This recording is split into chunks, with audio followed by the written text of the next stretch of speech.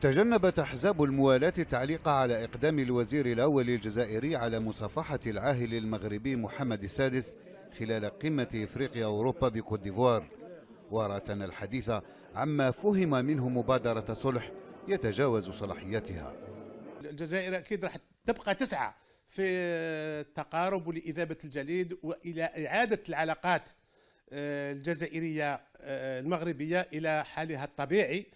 ظهور الوزير الأول أحمد يحيى وهو يتوجه نحو الملك محمد السادس لتحيته أثار سيلا من القراءات والتكهنات، خصوصا بعدما أثارته تصريحات وزير الخارجية الجزائري التي اتهم فيها المغرب صراحة بتبييض أموال الحشيش، ما زاد من اتساع الهوة في العلاقات المضطربة أصلا منذ أكثر من عقدين. أعتقد أن ربما هذا سينسى وسيطول، لأن العلاقات بين البلدان تتجاوز زلة لسان الأشخاص والمسؤولين.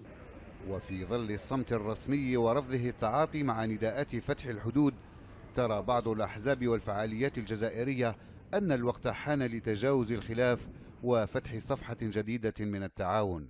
مسألة متعلقة بأدوار بعض الفاعلين الخارجيين الذين يعملون دائما على تأجيج العلاقة بين الجزائر والمغرب، فيما يرى آخرون ضرورة أن تبدي المغرب حسن النية أيضا من خلال الكف عن هجماتها غير المبررة على الجزائر على حد وصفهم في كل مناسبة تثار فيها قضية الصحراء الغربية أو قضايا بؤر الإرهاب والتطرف.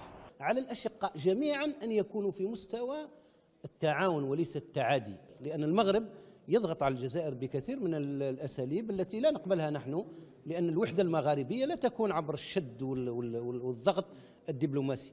وإن تبدو ملامح انفراج الأزمة بين الجارين المغرب والجزائر بعيدة في المدى المنظور، إلا أن محللين لا يرون حلولا للمنطقة المغاربية إلا بتكامل ووحدة اقتصادية توضع فيها على طرف بعيد كل خلافات الماضي.